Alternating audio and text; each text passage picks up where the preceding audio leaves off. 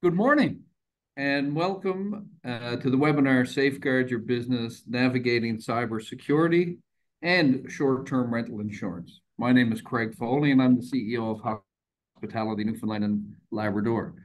In recognition of October being Cybersecurity Month in Canada, we want to thank you for joining us today for this important and timely webinar hosted by Hospitality Newfoundland and Labrador in partnership with Steers Insurance. As tourism business owners and operators, I know you're all too familiar with the risks we face in today's world, from cyber threats targeting your operations to the financial risks that come with inadequate insurance coverage. Protecting your business is critical, and that's why we've brought together expert insights in today's session.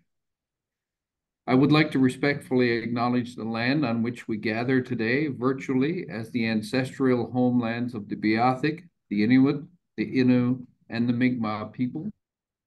Hospitality Newfoundland and Labrador recognizes the diverse histories and cultures of these Indigenous groups that have shaped the place we work, play, and call home. We strive to build and maintain respectful relationships with all the peoples of this province as we search for collective healing and true reconciliation while honoring this beautiful land together. We're very pleased to have Bill Hickey with us, an experienced commercial insurance producer at Steers Insurance. Bill has extensive experience working with small businesses just like yours, helping them navigate the complex world of cybersecurity and short-term rental insurance.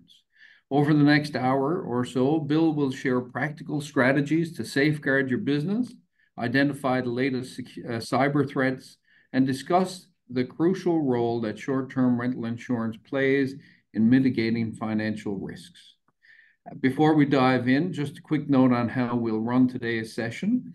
Bill will speak, I think, for about 35 minutes, and we'll open for questions and answers after each topic.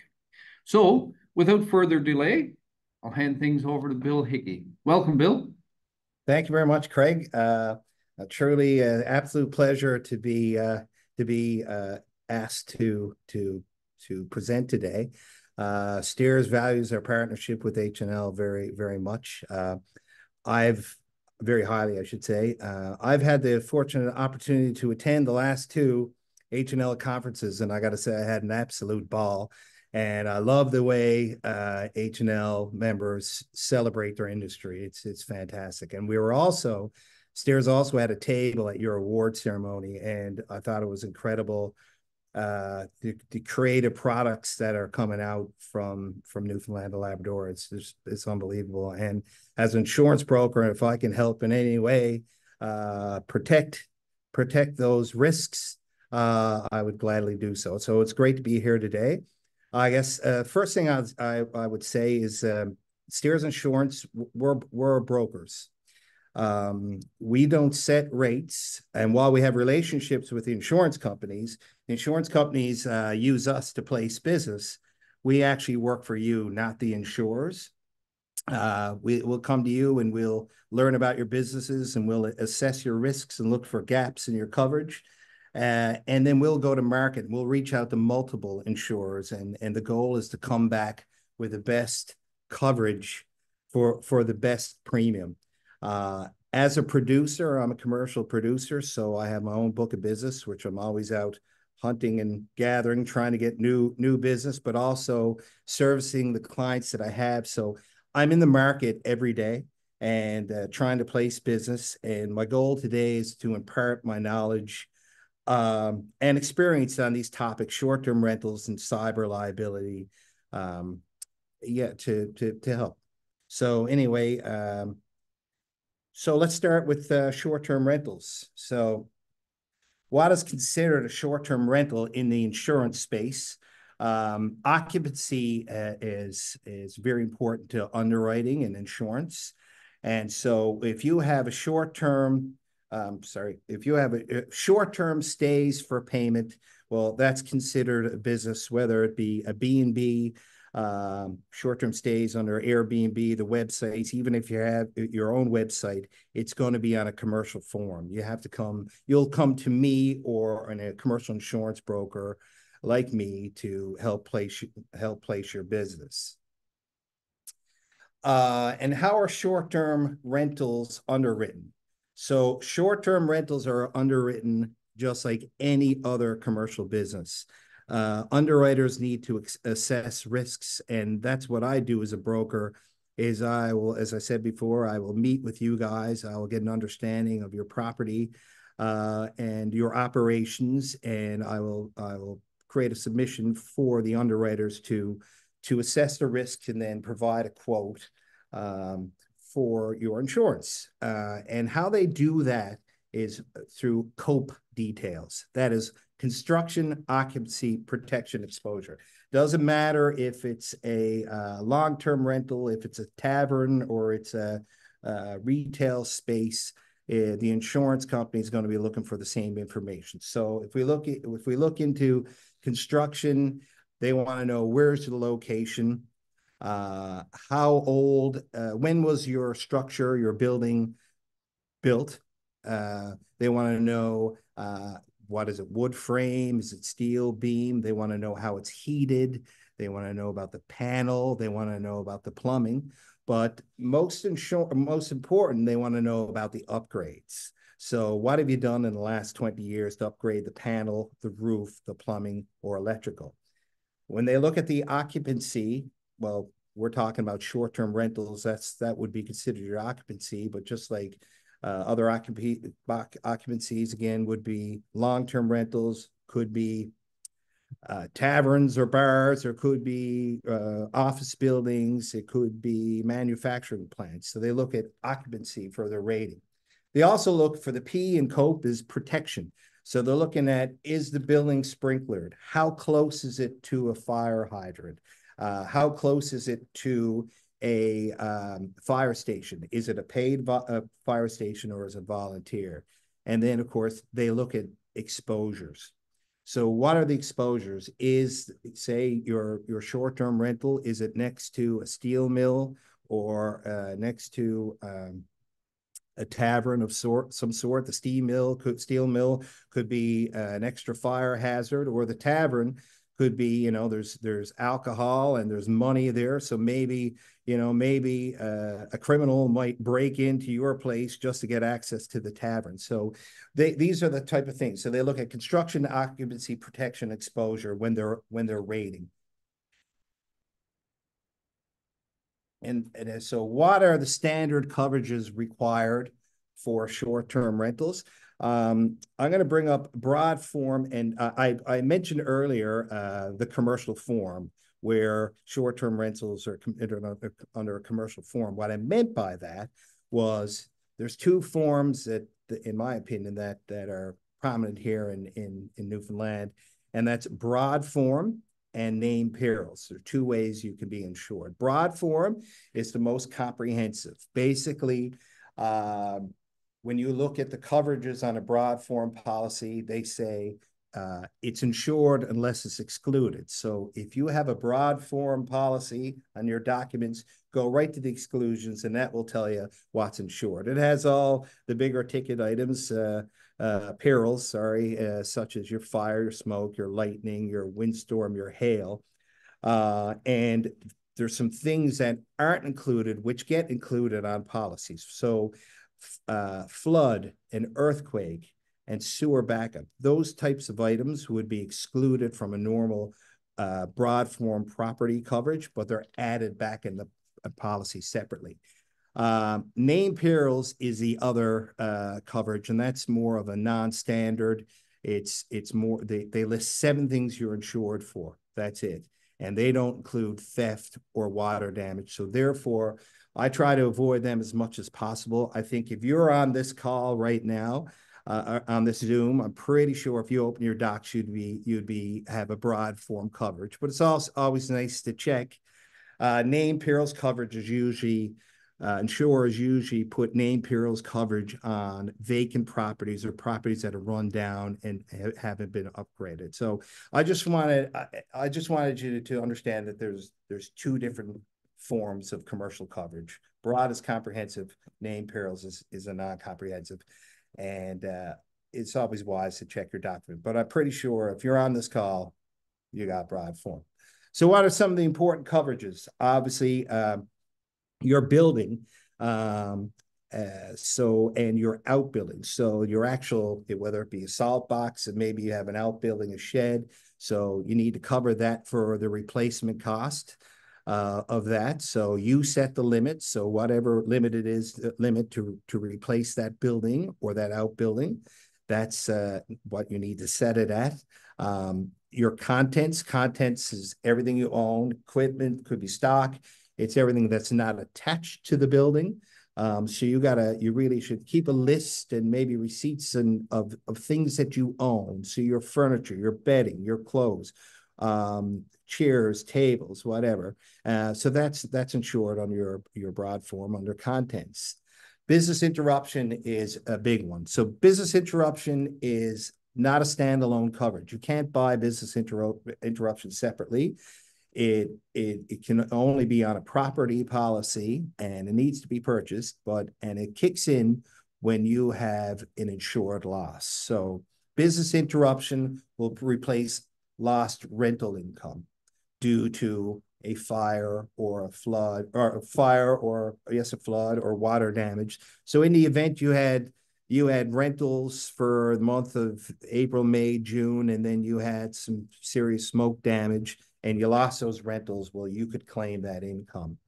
Equipment breakdown is important to property policies, but equipment, it's any equipment that you have that is electrical, pressure vessel, or mechanical in nature. So I'm thinking on the regular B&B or Airbnb, short-term rental, I'm not sure how much of that you would have, but it is important coverage. So if something sudden, accidental happens to that equipment, then that's covered, as well. If your business is interrupted because of what happened to the equipment, that you'd get your loss of income as well through business interruption. Crime is not the crime you think of, a break-in, a theft. That's covered on your broad form property coverages.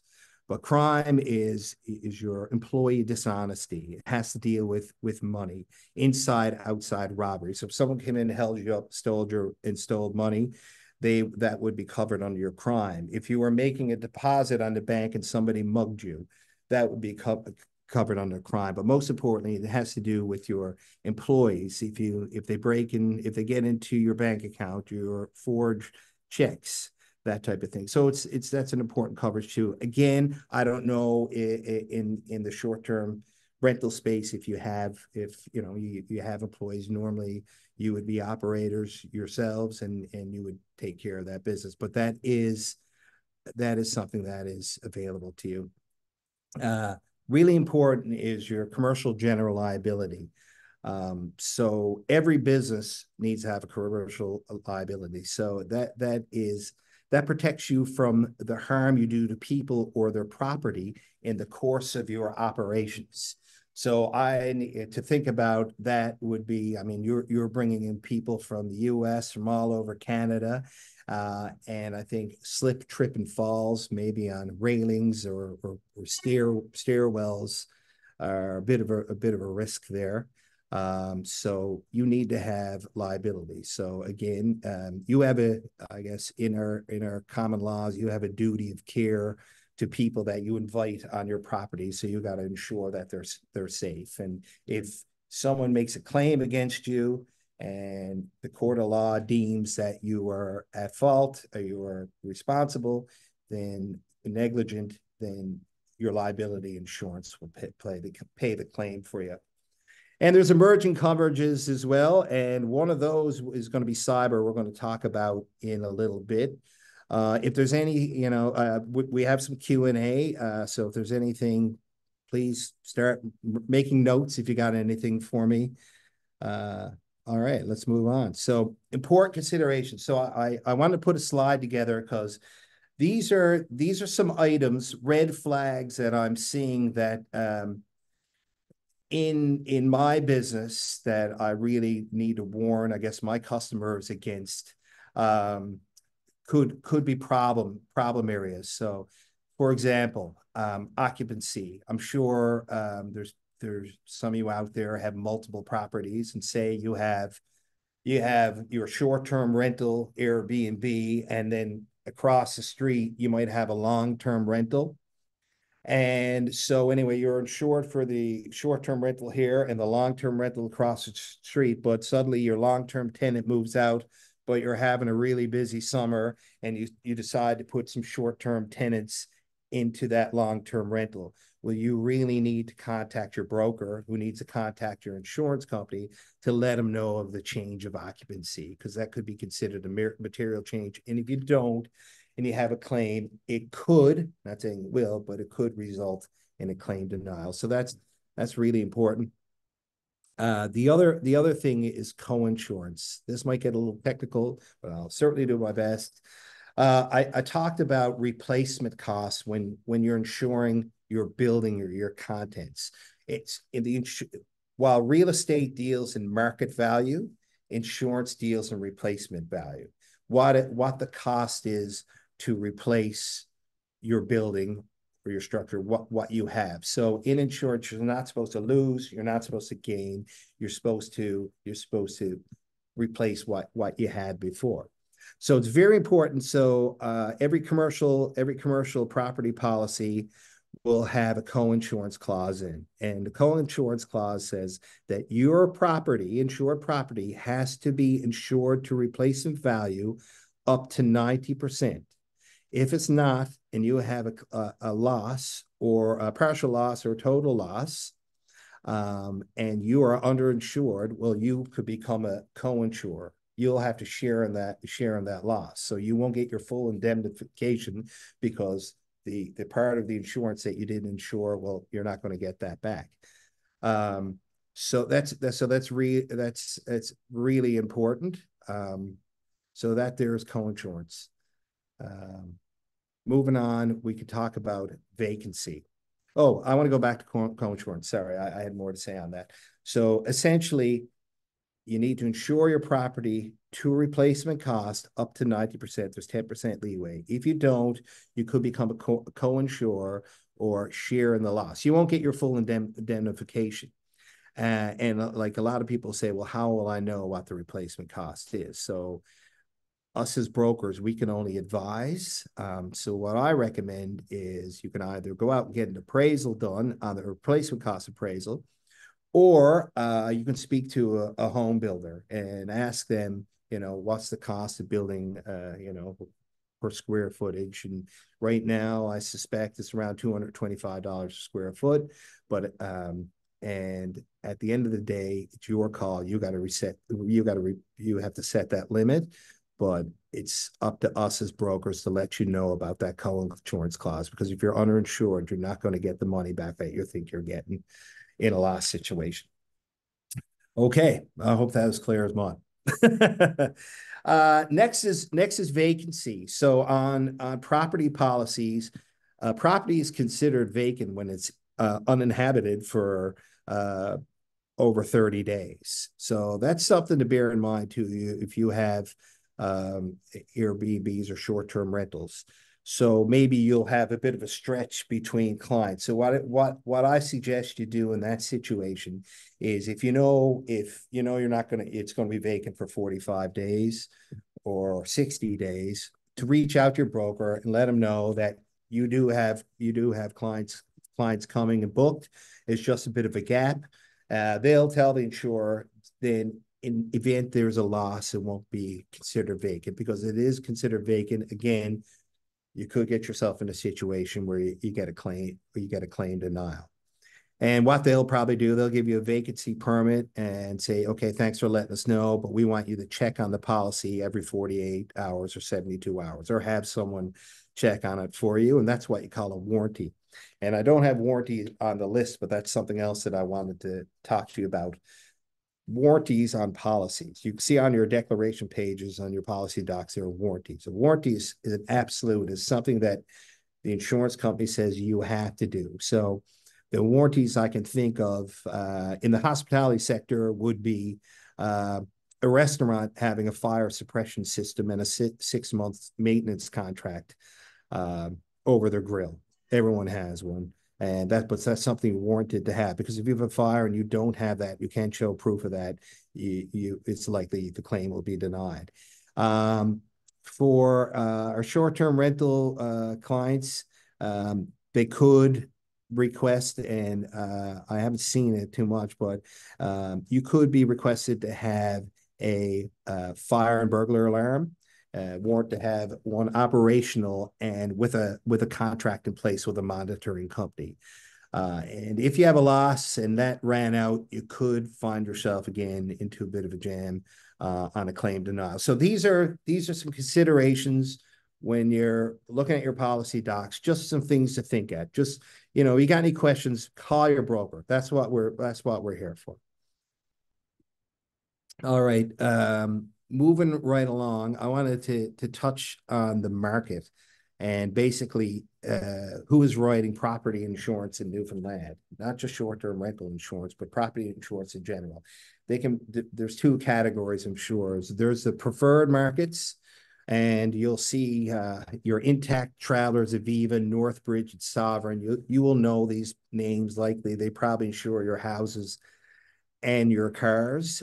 Preferred market, these are most multinational companies.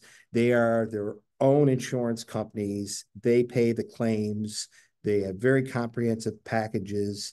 And they are what you call preferred insurers. The opposite, or the second category would be considered your MGAs, your managing general agents. Here are some names: Burns and Wilcox, Agile, Totten, Anderson McTagg, just to name a few. A managing general agent is a company that has a syndicate of insurers, so a group of insurers who are kind of adding lines or chipping in on risks that are managed by these companies. So this fills a lot of gaps that preferred markets won't insure. And it allows them to provide expertise in other categories of insurance, and especially more to insure more high risk risks, I guess, because what they're doing is you're spreading the risk amongst the many. So MGAs, that's their two ways. MGAs, we use them a lot. They're becoming more prominent. You can see underwriters leaving preferred markets and going to MGAs all the time. They cover all the bases. But the difference, I guess, the only drawback between the two at times is premium, but I see a gap closing on that in some areas. And the other is in claims, because Burns and Wilcox might be managing a line of 4 or 5 insurers. So if you have a claim, you're going to end up getting 4 or 5 checks. And it's a lot of adjusting going on there. But the coverage is good. They're good companies. We use them a great deal. But so I guess the bottom line, the property market in Newfoundland is very small between your preferred markets and your MGAs, just a number of people writing business, but the short-term rental market is even smaller. It's pretty much right now the MGAs that I mentioned who are writing short-term rentals. So my recommendation, and again, it's good coverage, we use them all the time. My recommendation would be this on your renewal to spread the net. 3 months before your renewal, gather your documents together, have a look at what your replacement costs are on your contents. Maybe you bought some new stuff. Make sure your replacement limit's good. And then I would contact multiple brokers, because they could have different relationships with different MGAs. They could be more diligent than others. They could know about new MGAs coming into the market. And also, I always recommend to have as much detail as possible. So when you're going to an insurance company, the more detail that you can provide on your contents, or especially your upgrades and your operations, your revenues, the most detail you have, the bigger comfort level that the underwriter will have. I think, in my heart of hearts, it will result in a better rate for you. So with that, that concludes my short-term rental presentation. So Craig, if you want to open up to questions, it'd be fire away. Absolutely. Thanks, Bill. I got to put you on mute up here on my TV. I'm sorry. So the great presentation, Bill, and it did tweak a few things for me. First of all, around liability insurance. Yeah.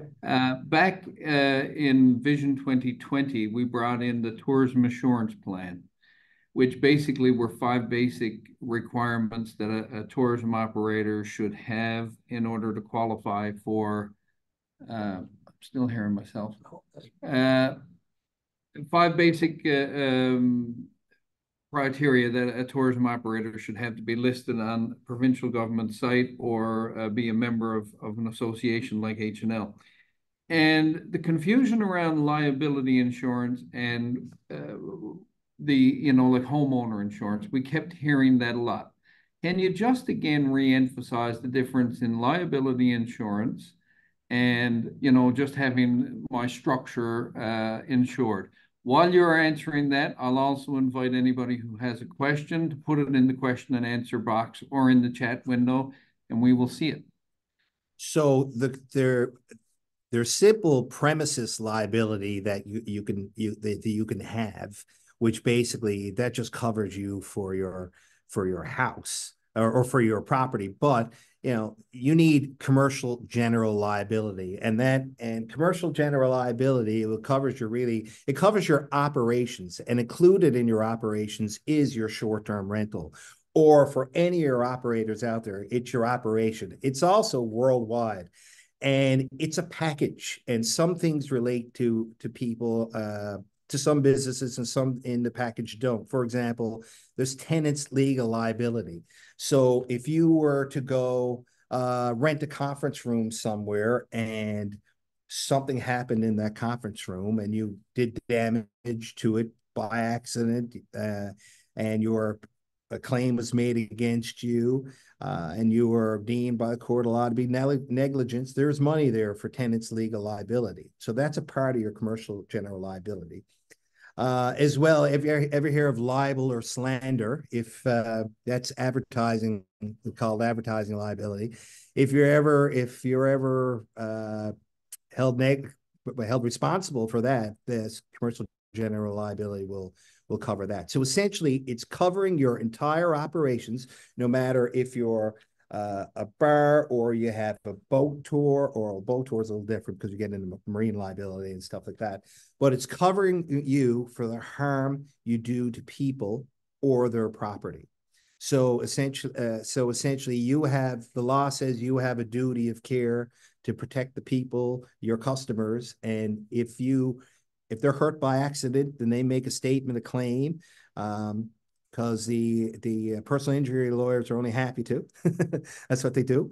And it's held up by the court of law. Then you got to pay damages. Well, your CGL is going to pay it out for you, and it gets passed on to the insurance company because they're really suing your insurance company. So I hope that answered your question. Just make sure that all your operators, you really need to have, right? Yeah. And I think one of the lessons that we heard and learned along our discovery of all that was also, if I'm making recommendations as a business to go try another experience, I become part of that chain of liability because it was on my recommendation. So having the proper liability insurance as a business helps protect me in that. Well, I mean, that probably falls into professional liability, and professional liability. So me as a broker, I have professional liability. I need to have professional liability because my world is advice and guidance. And if I cause you undue harm by my advice and guidance, then I could be taken to task. That could be stating a claim against me, and of course my errors and omissions, is part of professional liability, would kick in. So that would be that type of advice and guidance. So it's usually, you'll see it with engineers, lawyers, more of the professional space. I think you're talking about, I think where you had that tourism assurance piece, you were providing advice and guidance to tourists, and therefore that's a coverage that you should have had. Absolutely. And again, the advice I always gave after a presentation was talk to a broker. I'm not a broker because then it all gets discussed. But I think it's an important point to bring out. Yeah. Another question I have, Bill, is around the co-insurance. And when you were talking about that, it was more about me as an individual or as a business owner taking a part of that liability if I'm underinsured. But I guess there's situations also where some platforms would have an insurance and that intertwines somehow. Is that a consideration? What do you mean platform? So like an Airbnb or a Verbo or some of those may offer an insurance as well, making sure that you are adequately covered by both insurances or Yes. whatever liability they'd extend. Yeah. So they're okay. Um, Two separate things. Okay. So yeah. When it comes to your Airbnb insurance, I think that's only when that kicks in for liability, only when you have customers into place. I believe I'm not an expert in that, but my focus and the focus of your property insurer, again, it comes down for occupancy. They're saying it's okay. We're going to insure this uh, building for you, structure, Airbnb, salt box, and we know that it's short-term rental. We know you have people coming and going. So the co-insurance has to do with the property, has nothing to do with the liability. The co-insurance is basically if I'm billing a salt box out in Trinity today and it's going to be 1,500 square feet. Well, that's going to cost me probably $225 per square foot right now if I ask my brother-in-law, Peter, who's a builder. And so you got to make sure that when you insure that property, that it is around 200 or at least within 90% of that 225 square feet. Because if you have a loss, you think you're getting 375,000 back, but say you only insured it for 150,000 bucks a square foot. Then if you had a loss, then you think you're getting $375,000 back when in actual fact you were underinsured. You should have had insured for this. So we're only going to give you back $200,000. Then you're a bit of a jam. And so, you know, trying to save money on premium, and this is not what I'm saying people are doing, but really it's on the you're not saving in the end, right? Right. So Penny that's wise, very pound foolish. important. Yeah. Last idea I had, and this was when you were talking about warranties, and it's probably not the right category, but you can help me navigate it. A lot of short-term rentals would have hot tubs or pools. Yeah. And is there a special rider or special consideration around that? Is there any special duty of care people would have to be concerned with? That would have to that so that would have to definitely have to be disclosed to the insurer. So if you're adding if you're adding a hot tub or a pool, we got to let them know, and that might change your rate a bit.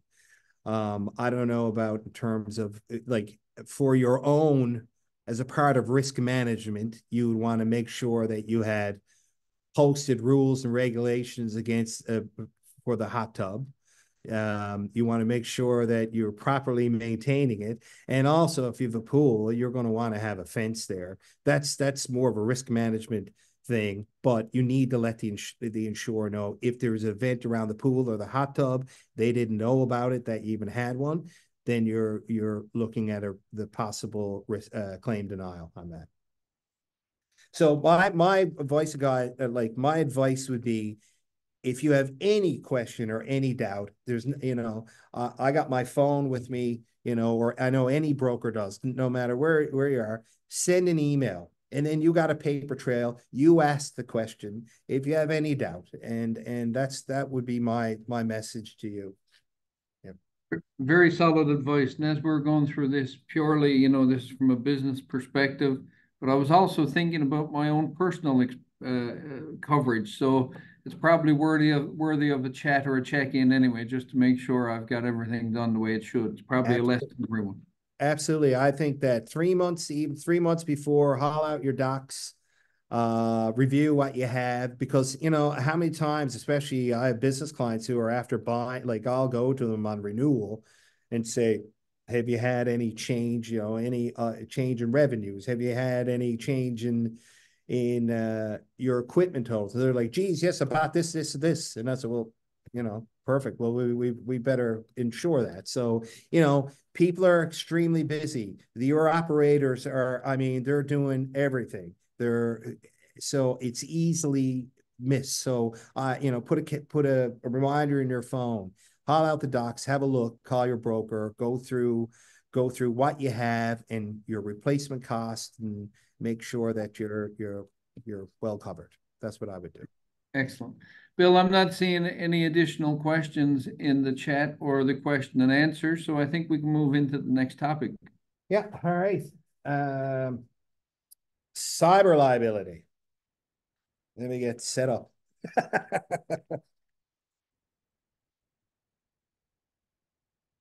believe my buddy Sean Sullivan's out there. Just want to shout out to him. Okay. All right. Cyber liability insurance. So, what is cybercrime? As everyone knows, technology today is changing all our lives, changing our world. It's creating some amazing opportunities, uh, economically and socially, but it's also creating a lot of opportunity for criminal activity, more so cyber criminals who are working diligently and daily to break into your systems and steal your data to sell it to try and trick you into sending them your money and to taking over uh, your computer systems and networks and holding you for ransom. Sounds pretty scary, and it is. Um, what is cyber insurance? Well, cyber insurance is a product, is probably the biggest emerging coverage there is in the insurance industry. And what it will do, and we'll get into more detail about all this a little later, but it protects your business from those losses from cyber attacks. So it'll allow you to hire expertise to get your systems back up and running, and and to provide preventative measures going forward. It will replace your lost income. It has a business interruption component. So if your system's down, you're not doing business, you're losing income. But also it will pay for any money that you were tricked into sending to a criminal. It'll pay that for you, and it'll also pay extortions for things like ransomware. If someone takes over your system, yields your system useless, you can't do anything about it, then they send you an email saying, send us $10,000 and we'll put your system back in place. Well, your cyber liability will either pay the extortion or they'll get someone to fix the problem for you. But the other good thing about cyber liability insurance is that the providers out there, they work with you to predict and prevent. So they'll go into look at your website and look at your IT system, your network, and they will kind of try to poke holes into it, make recommendations, and they'll also make recommendations about what you should be doing preventatively, you know, in education and in software and technology. And I'm going to get into that further here now, deep dive. Who is cybercrime affecting? Well, I remember when I first got into business, all you would hear about would be these large companies and entities having breaches, like network breaches, security breaches, and releasing people's personal information, and that led to, you know, would lead to lawsuits against those companies. Well, the bigger, larger organizations have done a lot better in their risk management, and now they're bringing in the expertise to be predictive and preventative. And so cyber criminals are moving down small and medium-sized businesses and individuals. So it's affecting all of us. I'm sure if we went into our junk mail now or our emails now, there's people trying to get us to click on links that we shouldn't be clicking on so they can get in and steal our data, or they're going to try to tell us that our bank account is frozen and for them to send them our hard-earned money. So being close to home, I don't know if you guys, this is Jeff, local Jeff LeDrew, a friend of mine. He's a local coffee shop owner. He was on VOCM talking about a scam that he was scammed out of money. And what had happened here is that a hacker had gone in and breached his email. And this has happened to us at Steers and Shorts as well. They get in your email and they like to see who's who. So who's the boss? How is money being transferred? Who's the accountant? How do they request money? And they're always sending emails they'll make it look like it's Bill Hickey at Steers and Shorts, but they might have the I or the C or the K missing and make some kind of request. Well, reading the VOCM story from Jeff, they were doing something with the bank. He had to send some money. The cyber criminal must have been Johnny on the spot. Saw when they're about to send a transfer, send an email, made it look like they were from the bank, and said, "Send it. You need to wire it here." Sent that information. The employee had no idea, thought they were doing the right thing, and boom, they got stung for $80,000. And I meant to ask Jeff how that played out, but that's very close to home. So what are the criminals actually doing? Well, there's two ways that I like to break it down. One is social engineering. So there's hackers out there who are diligently trying to deceive you and to manipulate you into clicking links that allow them access to your information and your data, but also trying to get them to fraudulently send you money, just like in Jeff's case. One of these examples is phishing. So as I mentioned before, I'm sure all of us on this call here, we can go in their email and we'll see an urgent call to action, and they prey on your emotions. Your bank account is frozen. You need to act right now. Click this link or call this number, and then, or same with CRA are going to shut you down. And they're really playing on emotions. They're trying to get you to click links, and all they're trying to do is get into your system, steal your data, and steal your money. The other thing that they're doing is ransomware or malware. So these are an actual cyber attack. The other thing is social engineering, where they're trying to make you do something. The other piece is called ransomware. Same idea. Upgrade your payroll information or do this. It's just a strange email. It's a fraudulent email. You click on a link, and suddenly they now have control of your website, of your system, and they send you an email saying on your screen saying, we got control, send us $5,000 to get control back. If you send them $5,000, they probably won't even do that. So if you don't have cyber liability insurance, you got to go pay yourself to go find an IT expertise to go and fix that. So how can cyber liability help? So again, cyber liability policies and the providers can help you be predictive and preventative. But if you have a cyber loss through social engineering or a cyber attack through ransomware, there's business interruption. So if your business is interrupted, as I previously mentioned off the top in my intro, that that lost income will be recovered. Any lost data that you had, they'll hire professionals to go in and try to get your data back. They'll try to fix, not try, they'll get your data back, and they'll work to fix the holes in your system and make recommendations and making your system stronger. As I just mentioned, extortion. If you got to pay 10 grand, they can't fix it. They'll pay the 10. If you had paid the $10,000 thinking that it's going to fix the problem, then they will pay you. Again, they'll do investigations into what happened and make recommendations. If your business is collecting third-party information and maybe some credit card information, numbers and names get out, and it could lead to a claim against you, well, that will pay the damages. It will hire people like Ray Agency and Cassie here in the event that that you did have some kind of breach, and just to handle the public relations on it, because you're going to be really busy doing everything else, dealing with the actual with the cyber loss. So there's money for professional help for PR, especially, as well as legal expenses and reputation recovery costs. Again, your PR. So, but oh, I already talked about that. So, what should small businesses be doing to mitigate risk? So, cyber liability policies should be the last resort. That should be the last stop.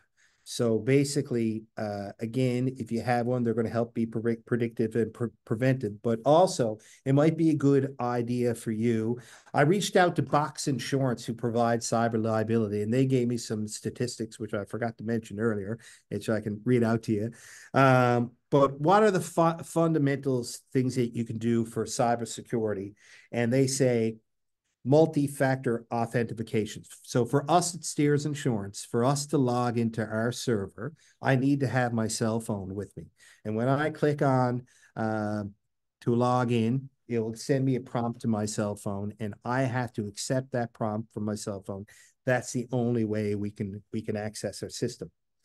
They call it frequent security patches, but essentially it's simply keeping your software updated, keeping your systems updated, because when software starts to get old and obsolete, that's where there's holes and hackers prey on that stuff. As well, for your data, keep offsite backups in the cloud and those things. I'm a commercial insurance broker. I'm not an IT person, but it's always wise to reach out to your IT provider. And these are some of the things that they're going to recommend to you.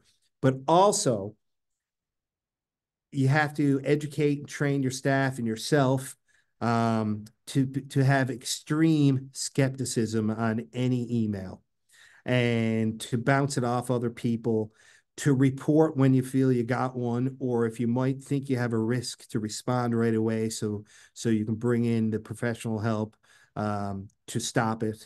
Always password management, always keep them strong. I know that different pieces of software are always recommending those now.